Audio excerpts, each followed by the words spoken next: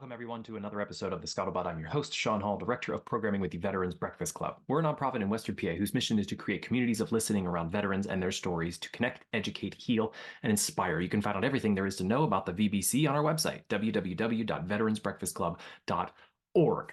This is the final episode of the current version of The Scuttlebutt, where I would be interviewing and hosting people to talk about military topics, military history, military culture. From here on out, the Scuttlebutt will shift as we will be incorporating the VBC Happy Hour, which we do live every single Monday night at 7 p.m. Eastern Time. We will be turning that into our podcast. So if you are hearing this episode, know that every episode that follows will be the live broadcast of our VBC Happy Hour. As for this final episode of the Scuttlebutt, I will have on Steve Summers. He is the director, producer, writer of War Movie. You can find it now on Amazon Prime. You can purchase it a DVD on Amazon. It is a 5-part series documenting the history of war movies in the American cinema from 1900 until now. I have joining me during this conversation my sometimes co-host Evan Mulgrave, who is a documentarian in his own right. He did the VBC documentary We Left as Brothers. Had a fascinating conversation with Steve. We had a great time talking about war movies and war movie history. So I hope that you enjoy this conversation. I hope you enjoy this final Scuttlebutt. Thank you so much for supporting this podcast, and please continue to support it and listen in for everything military culture, military history. Thank you so much again, and I hope that you enjoy the show. And also, like, share, subscribe, ring the bell on YouTube, because we will be releasing episodes every single Monday as we continue on. And make sure you check out War Movie on Amazon Prime. Incredible series. As a movie buff myself, I had a fantastic time watching it. Thank you so much again. Enjoy the show. Joining me now is Steve Summers. You are the director of an upcoming 5-part series called War Movie that both Evan and I have had the pleasure and honor of watching. Love for you to introduce yourself. We're so excited to have you a part of the Scuttlebutt. Thanks for joining us. Sure, no problem. It's great to be here. I've came up with this concept of doing a documentary on the entire, what we call 120-year history of war movies. But I've been in the film business for 20 years, and this has always been something that's kind of been in the back of my mind in some way. And there's been a lot written about it from a scholarly point of view. But there's been nothing put together as far as a kind of visual representation of this history. So I knew there was a lot to explore, a lot of questions to dive into. So it was very fruitful undertaking. You said 20 years in film, but 120 years to digest of war movies. Where do you start, and what sort of gave you that first inspiration of this is what I want to do? Yeah, a lot of my projects usually stem from a very personal point of view, or personal experience of some form. So for this, it had to do with just watching these movies, and it was basically watching these movies with my dad, right? So that experience of like growing up, I'm always kind of being on television of some sort, and there was always small conversations about how real something is, how unrealistic it is, or like that's not what it's like, which I found ironic because my father was never in the military, but he still had those comments of what real war looked like. And I was also a child of the 80s. And so, I grew up with Rambo and Red Dawn and all these very jingoistic, I would say, kind of films. I loved them, growing up. But as time went on, like my views of history, my views of film have changed and evolved, and I kind of really wanted to like explore these ideas and these questions that I had about these films, and just how they laid within not only film history but our country's history, right? Mm-hmm. And how we see history too is also kind of one of the larger elements of the film itself, the doc series. Yeah, I think that is kind of what I really enjoyed about this series the most, is the way that you were able to structure it both around these shifting tides within the film industry, as well as overall sentiments within the country. And that kind of conversation between, how people feel about the war and the type of war films that are being made at the certain time. And I think there is a part where they kind of talk, is that like a chicken or egg type of thing? Is it the war movies that are, telling people how they feel about the war, or is it Sure. the war telling people how? And what are your thoughts on that? Do you think it's kind of a two-way street conversation that those two things can kind of bounce off of each other, or do you think that one kind of has a stronger um, influence on the popular culture at large, or how they feel about these conflicts? I think that's something that's changed and evolved, and it really depends on the time you're talking about. So, if you look at World War II, films were being made at that time to get people excited about the war, to actually influence them to join and enlist and all that. But then after that, people's memories of the war started to drift away. And you had maybe in the 90s, you had Saving Private Ryan, where those movies are actually influencing how people remember the war more than actual memories of the time period. So it kind of ebbs and flows as, where we are in history. And there's no one answer. And that's what's kind of fascinating, is that this relationship of like Hollywood and like history has always, they need each other, but they're always at odds with each other in some way. They're Yeah. always, they're a strange relationship between the two.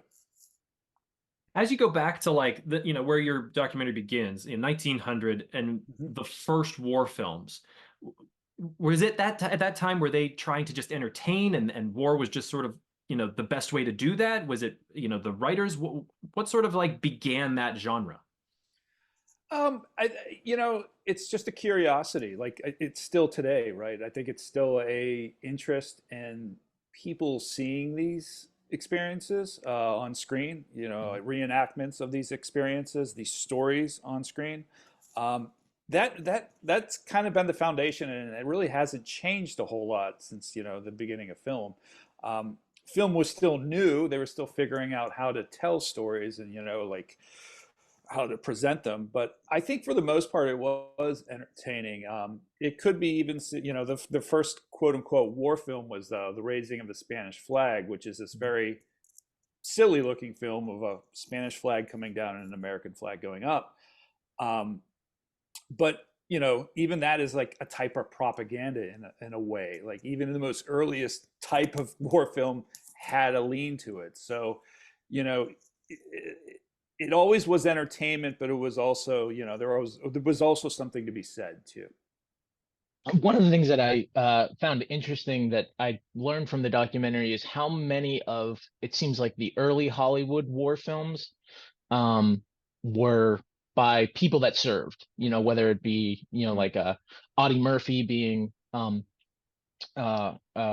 star of these films, or certain directors and writers that would come back from the war and be able to write about their experiences. Do you feel, as we move further along and there is kind of that larger divide between the people who serve and the general population, Hmm. do you think that has influenced how these films look, feel, um, and yeah, just your thoughts on that? That it seems like earlier on, those films had more firsthand influence by people that served in these conflicts compared to where we are now. Sure. Yeah. I think there's a lot less of that now, although it tries to, there are directors that have served who are trying to get their voices out there.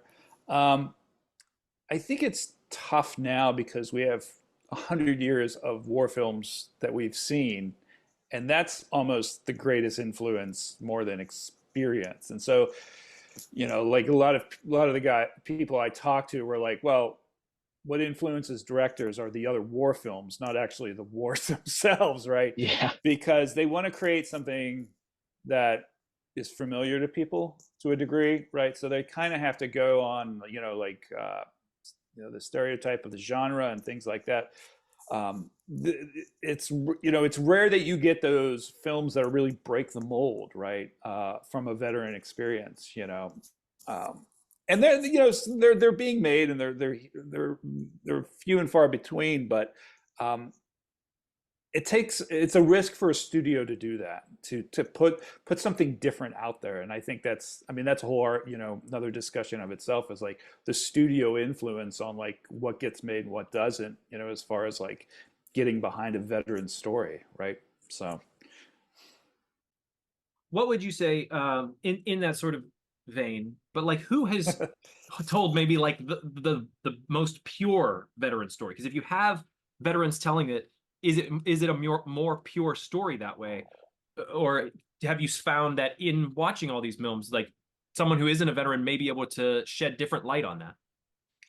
I think, I mean, that's a difficult thing to say. I think there's nuances that play into a film made by a veteran. There's little things that another director may not see as important or just brush over.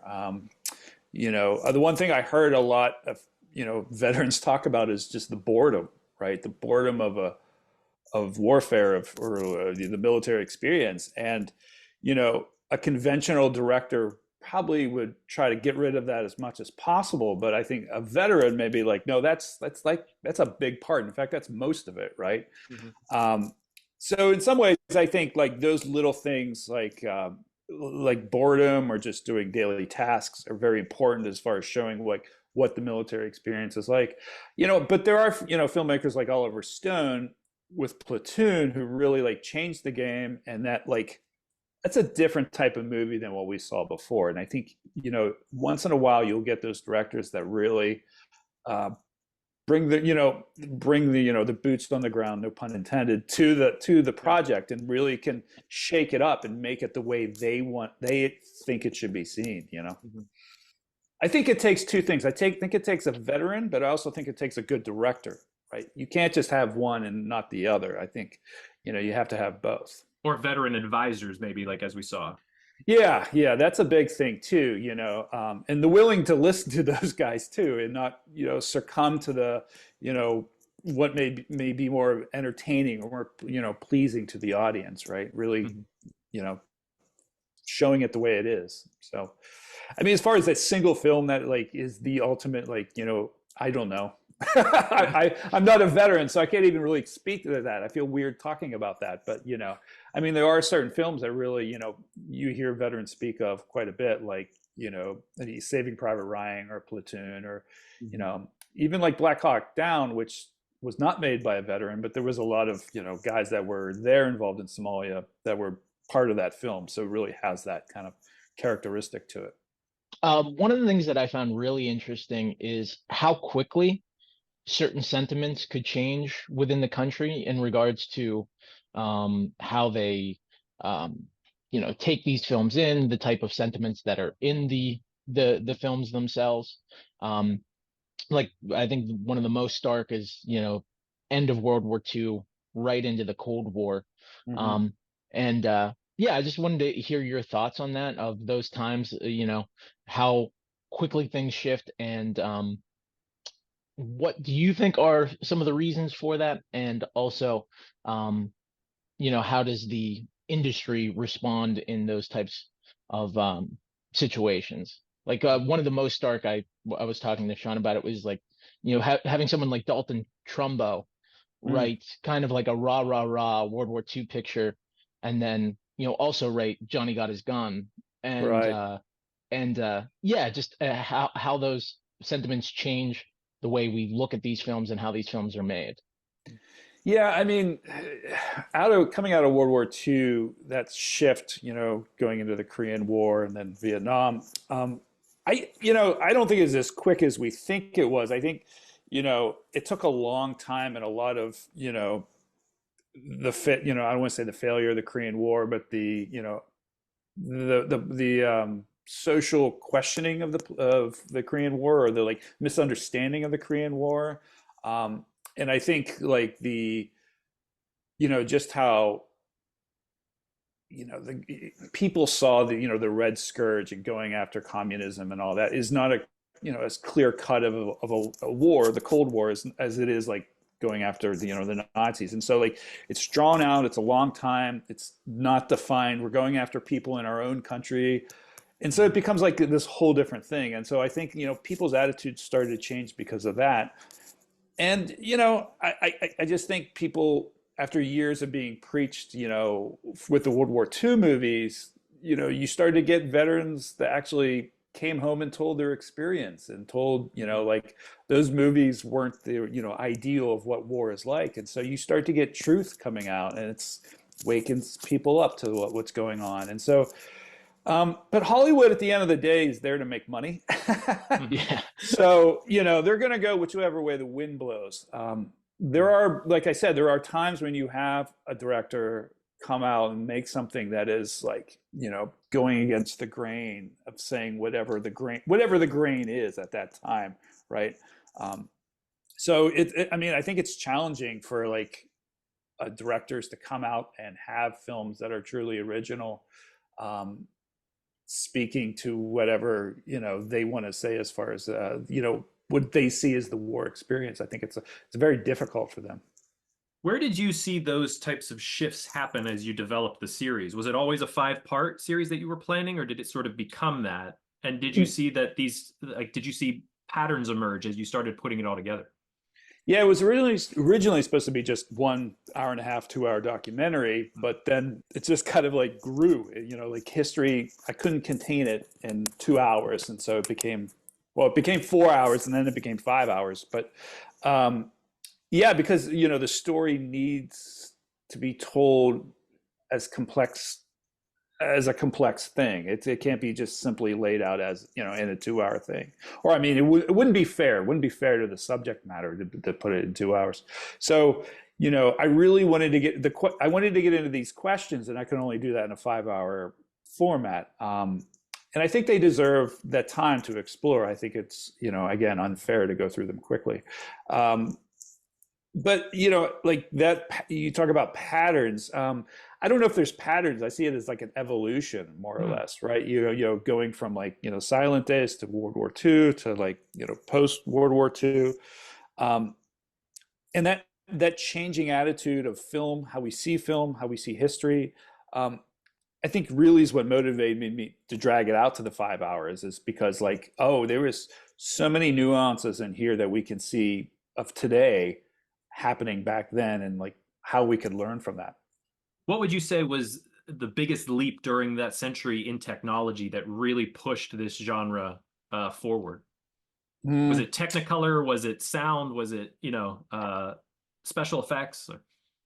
I mean, sound is the underrated, champion of filmmaking. People don't understand that. Like without sound, it's, that's half of what you're experiencing, right? So I think sound is a massive, massive change, right? Color is important, but it's not as important as people think it is. I think CinemaScope, or like, Panavision, whatever you want to call it, was important only because it was battling television. In some ways, that's why that was created, just for commercial reasons. But those are the big things. I think you don't really see a major technological shift until you get into like, the turn of, the 21st century, where you start to get digital technology and you can start to see even newer things coming about. So, but I think sound, I mean, and even up to like Saving Private Ryan, I mean, people notice the sound in that film, right? And that's like, 70 years after the creation of it. So it's still important. Something that is touched on early on in the documentary, and I think it's a quote from Truffaut, where he said, "There's no such thing as an anti-war film." Is that something that you agree with after looking at all these films? That depends on the person. People can take anything and see anything in it. I, growing up, I'll use the movie Red Dawn, even though it's fictional. To me, it was exciting. It was about, I don't know, preparing for this thing, the Red Invasion of, sorts. But I watch it now and I see it completely differently, as kind of like a warning to maybe, what we, the direction we're going as a country, or relations we're having with Soviet Union.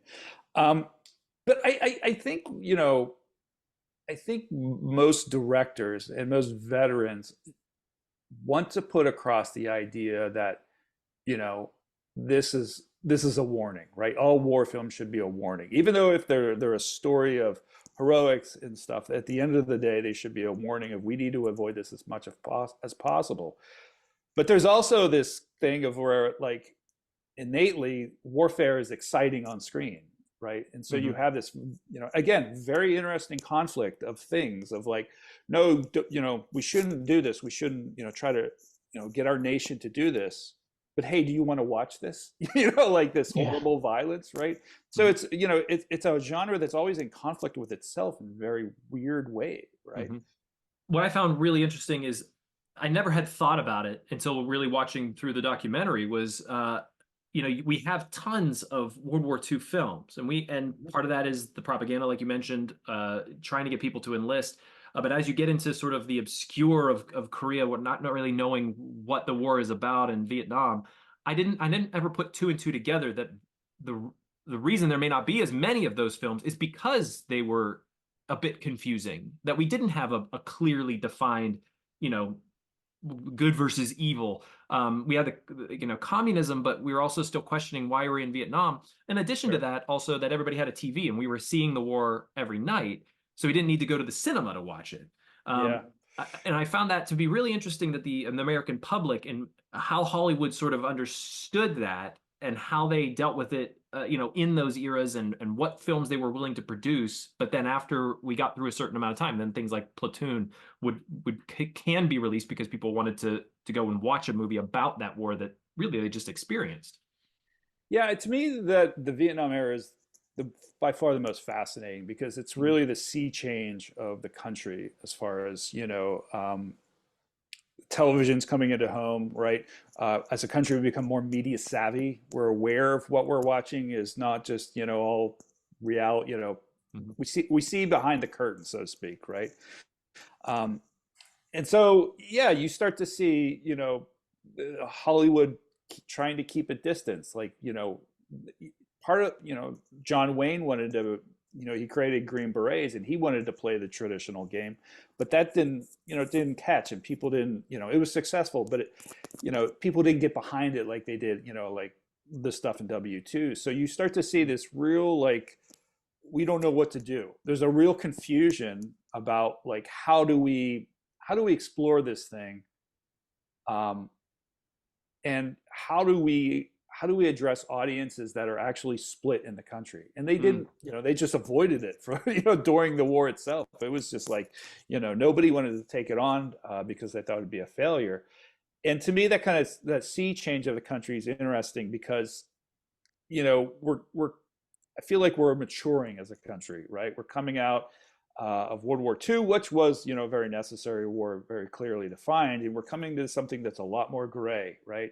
People are starting to like figure out, trying to figure out their position on everything, and you see this older generation and this newer generation coming in conflict, and so to me, it's it becomes far more interesting as a social kind of experiment, how films play in that time period. Mhm. I also think it's interesting too from the filmmaker point of view of that time period as well. It's, the 70s is often looked at as maybe the most artistically robust time. Mm-hmm. That filmmakers had much more freedom to be able to make the type of films. Kind of the old guard of the studio system had fallen away after the 50s. So they were taking risks on, you know, this young batch of filmmakers. And it's hard to imagine um, a studio making something like Deer Hunter today about one of Yeah. the conflicts. And what are your thoughts on that as well? Just maybe how the market pressures of the different time periods, and especially today, do you think that affects how um, we may have not gotten that kind of generational post 9/11 war movie like we did for Vietnam or World War II? Yeah, as far as the current place where we're at, I still think there's going to be a film going to be made about, Afghanistan or Iraq or those conflicts that's going to be just great, just something that's really going to break the mold and say things that hasn't been said yet. I think it's very difficult now, for filmmakers because of just, how Hollywood is set up, and the willing to take risks. The 1970s were a very unique time of, like, the studio system, like you said, just ran out of steam. It wasn't working anymore. And these young voices were coming up, and they just plowed ahead and kind of made these movies, and the young people generation reacted.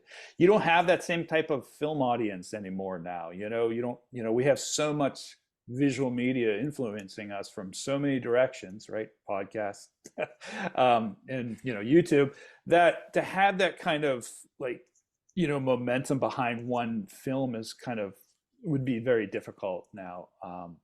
I'm not saying it's not possible. I mean, we had Barbie and Oppenheimer become like this crazy giant, sensation. Doesn't have to do with war, but it kind of shows it could still happen, right? But I think you really would need a director out there that would really, like, want to roll the dice. I mean, I still see the stuff coming out about Iraq and Afghanistan is pretty tame. As far as, like, saying something new and different and trying to shake up the establishment or traditions, I guess, in some way. Yeah, it seems to me, and I'm a little bit more aware of the more recent movies to come out. Even I think there's a recent Jake Gyllenhaal movie that came out about an interpreter that he was with, and like what it even is trying to say there of just like, we need to back up our interpreters, but not saying anything really big or really different about what these wars were. It doesn't give us that cultural shift that we saw. Yeah, I think there's a real, I mean, it's funny coming out of Vietnam, there's the Vietnam syndrome of, like, how do you, the question I think a lot of directors have is, like, how do you support the troops? How do you show you support the troops? Not question the country, but also show the war. And so, sometimes they're always trying to do all three of those things. And sometimes I think they're afraid to challenge one of the other, right?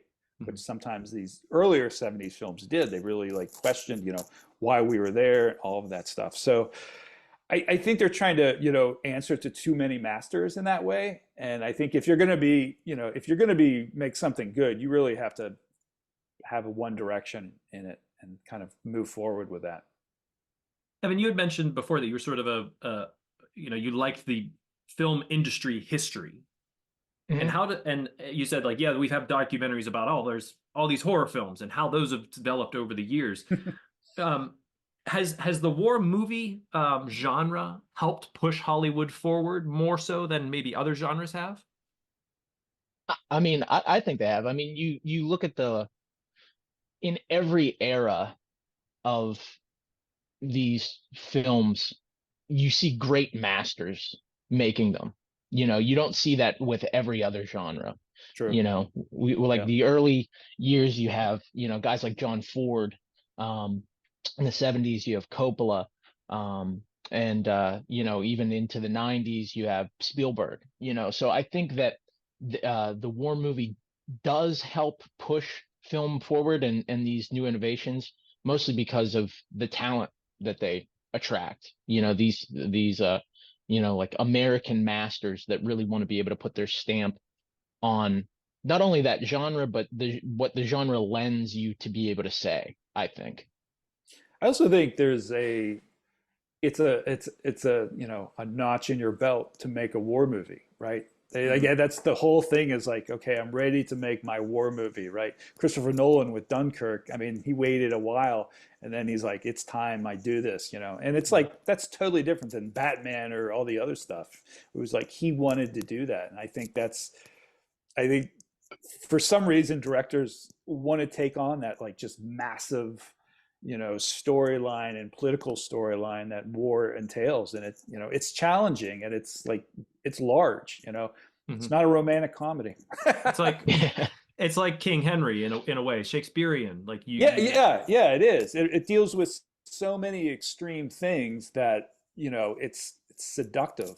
Why wouldn't you want to, try it, because it's, I mean, filmmaking is exhausting, right? It requires so many resources, and to recreate a war is like the ultimate version of that, right? Whether, even if you're doing it digitally, it's still like a mass amount of work. So, it's, I think directors see it as a challenge, and it's, they're attracted to that. Yeah.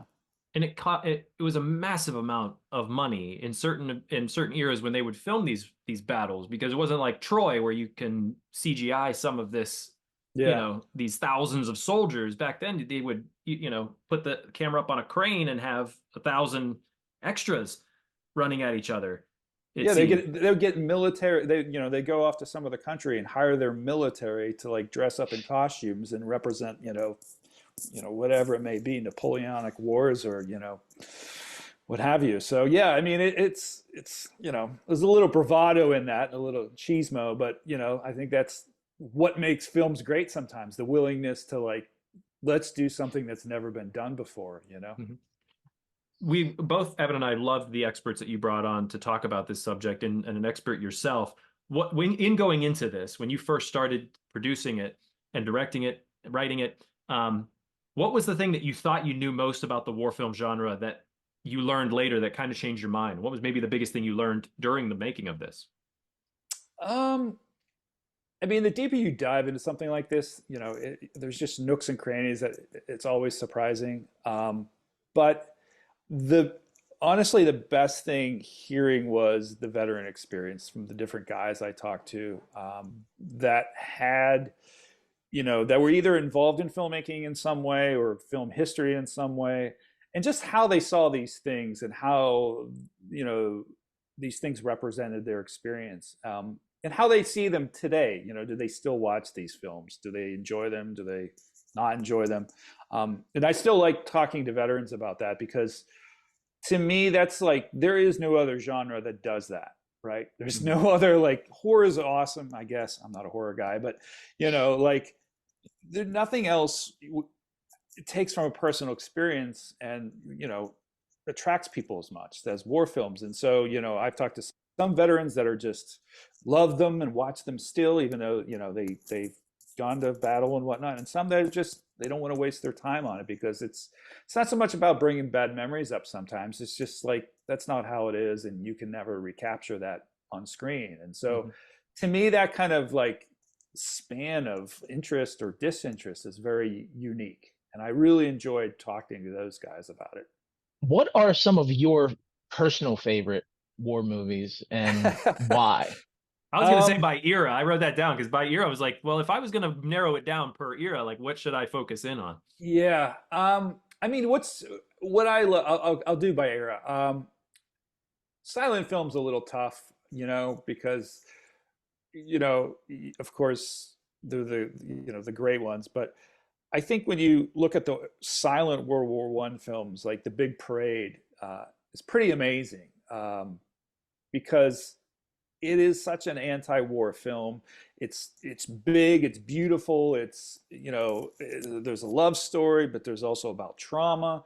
So like even early on, we were really trying to get to the bone of what warfare was and how we're attracted to it. But these guys and ladies come home and then they're scarred by it. So in some ways, once I saw that, I was like, oh, nothing's changed. We're just repeating the story for new wars over and over again. So to see that like built right out of the gate or pretty early out of the gate was pretty amazing, right? Um, All Quiet, the first All Quiet was really good. I think as far as the World War II films, it's hard to tell because some of them are so, you know, propaganda-ish. But I would say the Red Badge of Courage. It's not about World War II, but I think John Huston coming back from experiencing World War II. I mean, that's amazing to me. Like Audie Murphy, you can see him really suffering from the experience, even though he's not, playing the war he was in. And to me, that has such a contemporary weight to it that I think it's a shame that film got cut down because it really is kind of beautiful and very heartfelt and very, says a lot about, the battle and the experience of PTSD. Mhm. Um, I love Apocalypse Now, of course. I'm a big fan of, I think Black Hawk Down is one of the most amazing films ever made because kinetically, there's nothing like it. It's just, it's a mess, but it's like so beautifully put together. I think that's one of my favorites. But it's also funny because I come from like more of an art house kind of world. So films like The Thin Red Line, I'm very much into. I know some people don't prefer that, but yeah, it depends on my mood, what I'm really into, you know? Like sometimes I want just the straight standard thing, and sometimes I want something a little more creative. The Thin Red Line was kind of like we were discussing earlier. Like that one was a quiet war movie, if I remember correctly, and it came out during the time of Saving Private Ryan, so it didn't get as much press at that time, right? Right. Yeah, they came out at the same time. Um, they're both about World War II, one in the Pacific, one in the European front, and they're just complete opposites as far as like how to approach filmmaking, right? And both are valuable. I mean, Saving Private Ryan is a masterpiece, but to me, so is Thin Red Line, just in a different way. And Mhm. depends what you want out of it, but they both have value, and I both watch each one on a regular basis because they both kind of say something in a different way. Mhm. How much do you Yeah, think? Matt. Oh, sorry. Go ahead, Evan. Oh no, I just yeah, Terrence Malick's approach to a war film is, his approach to film in general. I think one of the famous stories is that, Adrian Brody was under the impression that he was the lead in that film. And and Yeah. Terrence Malick just shoots and shoots and shoots and he kind of finds it in editing, and Adrian Brody Sometimes it showed up. I works, think sometimes it doesn't. that is true. I think it does work in Thin Red Line. Yeah. And yeah, he's giving an interview at Cannes, and people are asking him, "So, what movie are you here for?" He's like, "Well, I'm the star of this one." They're like, "You're barely in it." Yeah. I mean, yeah, Malik's a whole, I could talk about him all day, but yeah, it's a certain type of, more of a thinking film. It connects, very much philosophical ideas, and, it's not really concerned with telling you the war experience as you traditionally know it. He's kind of going for bigger questions, outside of just the box of the war itself, the historical war itself. And I know sometimes, like, when people go to see war films, they just want to see the war. And to me, I'm interested in the bigger questions. So that movie really speaks to those bigger questions. So realism, that was the question I'm about to ask. Realism doesn't necessarily need to be top and top and the most focused thing for a war film to be accurate. Like, and I mean realism as in a veteran will go sit down and say the stripe is wrong on the shirt, or even like I want to say like the gore element of just like I if someone has their arm taken off, like how much do we really need to see that? And it seems like Saving Private Ryan, like as an example, got a little bit of flack from that in a way because it was quite gory, but there was also like D-Day was pretty terrible. So how much of that realism needs to be in film for us as the audience to really even remotely understand what it was like to be there?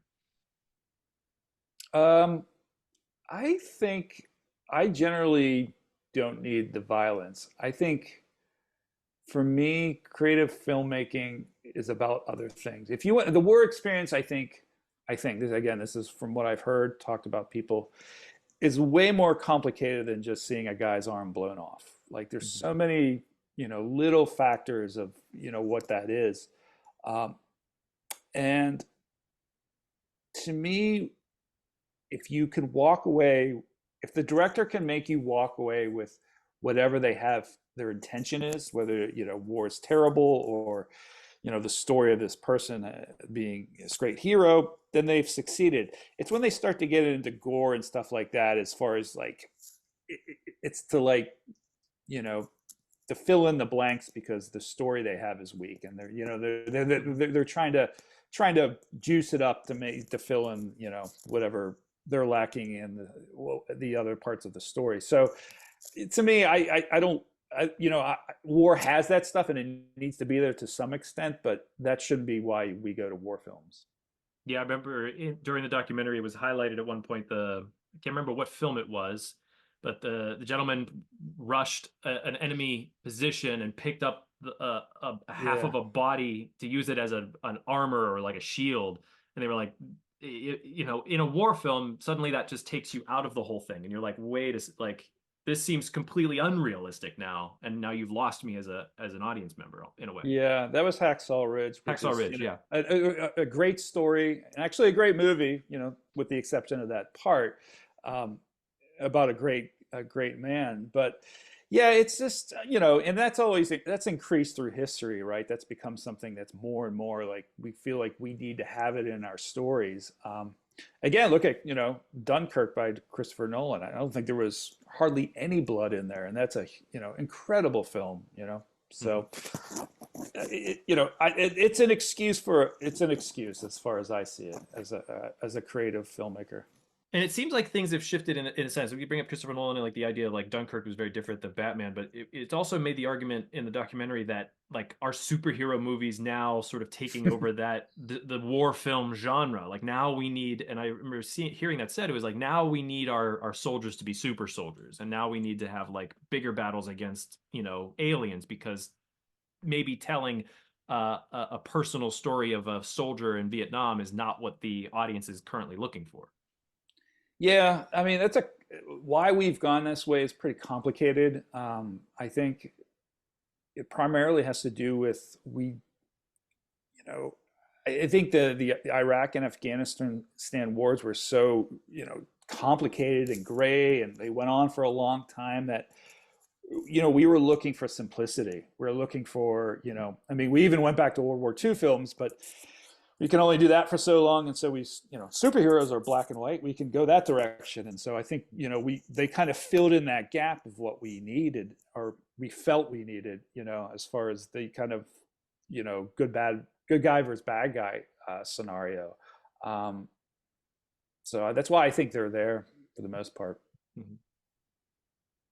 And going back to what you were talking about with kind of that tension between creating this, quote unquote, realistic experience towards maybe a creative taking bigger risks that fall outside of, what actually happened or how it, felt or how it Hmm. was in order to be able to make a statement. Do you think that is something that may be holding back the post 9/11 war movies as well? Because there feels like because we experience so much of it on television, you can look at you know uh footage online from soldiers and things like that, Hmm. that it feels like those movies are very deferential to realism and maybe not trying to say as much. Do you feel that way at all? Yeah, I think, yeah, we're exposed to so much that I think it's difficult to tell a true story, an accurate story, but also sometimes to be truly creative at the same time. So I think there's a conflict there, a bit. Um, like the recent successful war films like Dunkirk, 1917, and All Quiet on the Western Front, they're pretty accurate, but they're also pretty creative too. They take really different approaches to things that we've seen before, how things are, have been said in the past. Um, and I think there just needs to be the Iraq Afghanistan version of those films where somebody's willing to, it's never going to represent the soldier's experience. Like Apocalypse Now is, people talk about like that's nothing what it was like, but yet it just was so saturated in like the feeling of it. And so what, one of the scholars said in the doc is like, what's more important, the feeling or the historical accuracy? That's something that's up for debate and will continue to be debated till the end of time. To me, it's about the feeling. That's why we go to the movies. Like if you want to learn about the Iraq and Afghanistan conflicts, pick up a book, or talk to a veteran, right? But if you want to maybe get close to what that experience was like, or the country's feelings at that time or something like that, that's why we go to movies. We shouldn't go to movies to get history, you know in and of itself. It should be the experience. Is that where you see war films going in the future? If we go 10, 20 years down the line, obviously there'll be more conflicts and more different things to create storylines about. But do you think they're all in the next like 20 years probably going to reflect on the war on terror? Or as it's been sort of cyclical, we're going to get these 1917s, we have a leap in technology, so let's recreate All Quiet on the Western Front and bring it up for modern audiences. I think you're always going to go back to the past. That's always going to be something that's going to be redone, and that's where which is interesting. Where some of the I think the more inventive films, like I said recently, have come from looking in the past, even like 100 years into the past. We're really coming up with stuff from there. Um, you know, I think, like somebody said in the documentary, I think like the series is going to be played out more. We just had Masters of the Air come on Apple, which is, I think, doing pretty well. Um, so, maybe in that direction, maybe more creative ways other than just the 2-hour film. Maybe other ways I don't know about yet. But um, again, I do hope there is something about the Iraq and Afghanistan war that filmmakers will try to really creatively and invest themselves in and really come up with a unique story. Um, but we'll see. We'll see. When you look at other documentaries, like let's say Restrepo, Mhm. these are much more zeroed in and more specific about like what's going on in these particular conflicts. Did you take into these ideas of these documentaries into account in sort of your sort of breadth of the war movie documentary series? No, simply because I mean it's funny because when you start making a documentary, you have to put limits. That's the most challenging thing is you have to say, well, what are we going to talk about? Maybe this, but not this and not that, simply because you can't explore everything. If I started to talk about the history of war documentaries, I mean, that's another 5-hour film there, right? Um, and they have been, like Five came back. I don't know if you guys have ever seen that, but yeah, about the directors that went over in World War II. Some of that stuff's been explored. But like films like Restrepo, I love, and I think that's great. But it's like I had to narrow it down. I wanted to do fictional films, and I just did American films too. I didn't even get into like world cinema, which is a whole like, you know, that's another 10 films maybe, right? Yeah, I was going to sort of ask about that because it seems like, I mean, so much of cinema comes out of America, and where are the other sort of war films internationally, like the most famous international war films? They're out there. I mean, America's always been tough to let in other countries' films. We have a problem with subtitles here. So, you know, there have been great war films made in other countries. Come and See is one that I don't know if you guys have ever seen that. It's pretty fantastic. It's a Russian film. But there have been, many that just kind of just don't get the play that they do in other countries. So which is a real shame because there's some really great ones out there. I think Netflix and the streaming platforms are starting to break that down. I think we're starting to see a lot more people taking on international films more than they did in the past. So maybe there's another documentary out there on that. So we'll see. Um, Going to kind of talking about that, like international war films. You mentioned Come and See, which is like this brutal sort Mhm. of look at war. How do you see the American war films compared to international war films? Do they similarly have a sense of like rah patriotism that Americans do, or is that something unique within the Hollywood system? I think it depends. Uh, I think in other countries they tend to be more critical of themselves, even judging who they are. That depends on the country too. Some are more open to be critical of their own actions, and some are not. So, um, you know, specifically the Soviet Union, there have been a lot of like pro-Soviet films made, but there's also been like you have these directors that slip out of the system, so to speak, and make these very brutal films. Tarkovsky's another one that made one called Ivan's Childhood that's very critical of the war experience. And so it really depends on the country. Great Britain, for example, has a lot of very raw stuff, out there, but they've become critical too. So, I mean, the thing with American films is that our films bleed everywhere, or they go into everything, or everybody sees them. So their influence is so heavy and so powerful that that was another aspect that was important to me is like, not only are we making these films for ourselves, but this is how other people are seeing how we see ourselves. So, what does that mean, right? How do we view our own conflicts, and how do we, what do they say about us? Well, certainly movies like Rambo, that's like not necessarily giving us the best light. It's saying like, oh, we're the cowboy. We're gonna go in and one man army is gonna take everybody out and save the day. Yeah, yeah, it hasn't always been a good representation of who we are as a country, or the majority of people or the minority of people. So, I Mhm. mean, to me, that's interesting to seeing that like kind of ebb and flow again of like how we represent ourselves. Or you could look at something like Top Gun, which I mean was massively successful and drove enlistment numbers way up in this incredible sort of collaboration between Hollywood and the military. Do you see in the future like more collaborations between Hollywood and the military, such as Top Gun? I mean, even Top Gun Maverick had probably that same level. Yeah, I mean, I don't know. I maybe it's hard to tell because all the great war films, I will say, maybe with the exception of Black Hawk Down, have been made outside of the military's using the military, right? The process is you got to submit a script to the military, to the government. They go through. If they like it, if it shows that the military in good light, then they'll lend you support. But if you're being critical of the military in any way, they're not going to, you can't borrow a Black Hawk helicopter if you're going to shit on us. So, Mhm. I think there will be some films like that, but I think if you're going to have a like honest critique of warfare, I don't think it's, you're not going to get that, right? I mean, Top Gun Maverick was great, but it doesn't say anything about the military or conflict, really.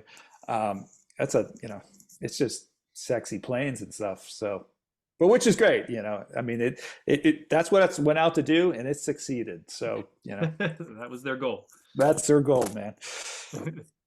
Yeah, I guess just on the future of the war film, obviously the Vietnam War films came out in a time where things were very politically divided. We're at a very politically divided place now. And kind of you talking about the Marvel movies taking over for the war film. I think that there's, an uncoupling of politics that the Marvel movies are able to serve that like thrill, but not make you think Yeah. about what these conflicts mean. Um, what do you see that as a challenge going forward for making the next great war movie, or and do you think that perhaps um, if a war movie that came out that was able to tackle those feelings, would it um, yeah, would it be able to find an audience with the way that we are currently? I'd like to think so. The one thing I will say about this is when you have, there are trends in Hollywood or the history of film is like when you have too much of something, there's always a reaction in the other direction, right?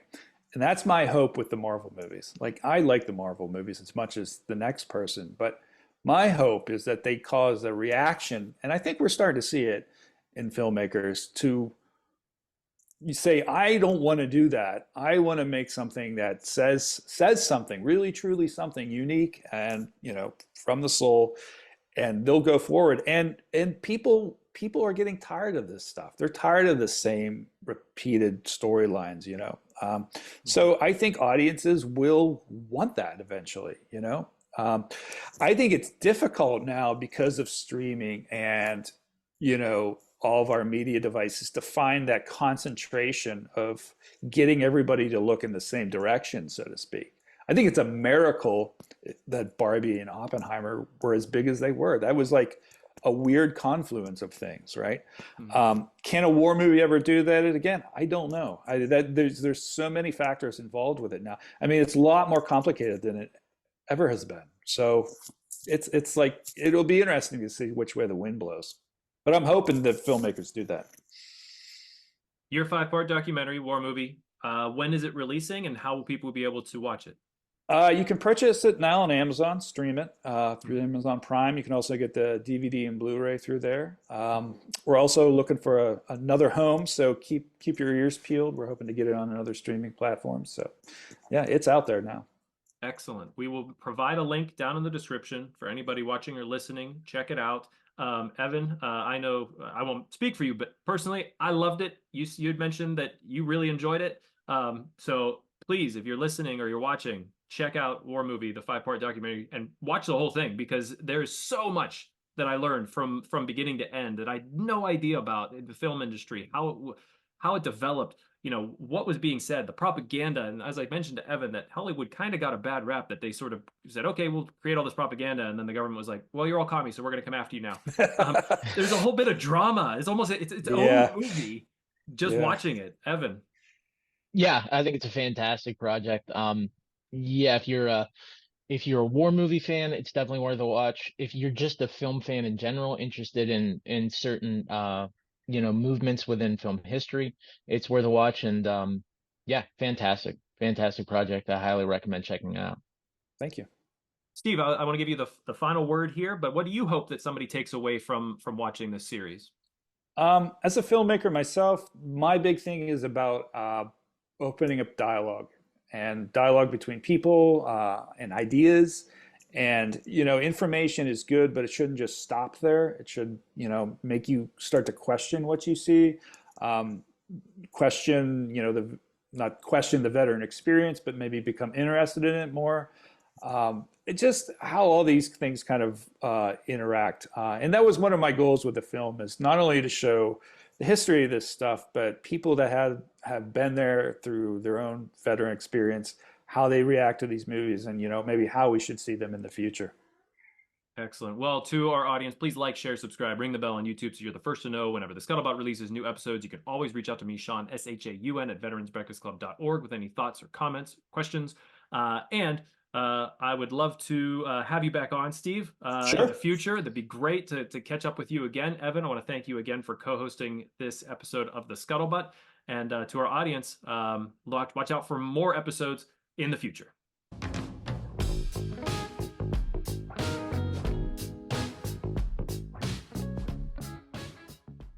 We're grateful for the support of UPMC for Life, a UPMC healthcare Medicare program. At UPMC Health Plan, their goal is to improve the health of their members. They can also help you make sense of Medicare, get the answers and information you need, such as how to choose the Medicare Advantage plan that's right for you.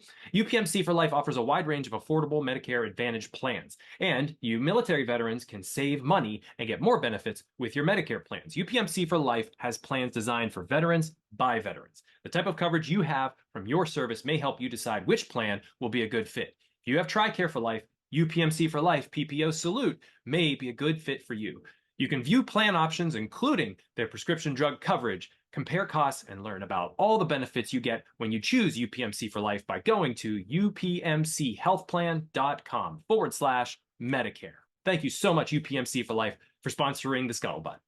Thank you for watching this episode of The Scuttlebutt. I'd like to take a moment to thank our sponsor, Tobacco-Free Adagio Health. Tobacco-Free Adagio Health has been supporting the podcast for quite some time now. We've been so pleased to be supported by them. They are dedicated to reducing and preventing tobacco use and getting the word out about the hazards of smoking and secondhand smoke. They're all about health, so they want people to quit. They have classes, nicotine replacement therapy, and a popular quit line, 1-800-QUIT-NOW. They also educate people, children especially, about tobacco use from cigarettes, cigars, pipes, chew, snuff, and other nicotine products like vaping. And finally, Tobacco-Free Adagio Health advocates for public and private policies that ensure healthy places to live, work, and play. You can learn all about what Tobacco-Free Adagio Health offers at tobaccofree.adagiohealth.org. Or you can check out the 2 Scuttlebutt episodes that featured Tobacco-Free Adagio Health. We had a wonderful representative come on to the podcast, talk to us about all the classes and therapies that they offer. It was 2 wonderful conversations, so I definitely direct you to both of those if you want more information, or just call their free quit line, 1-800-QUIT-NOW. Thank you again, Tobacco-Free Adagio Health, for your support.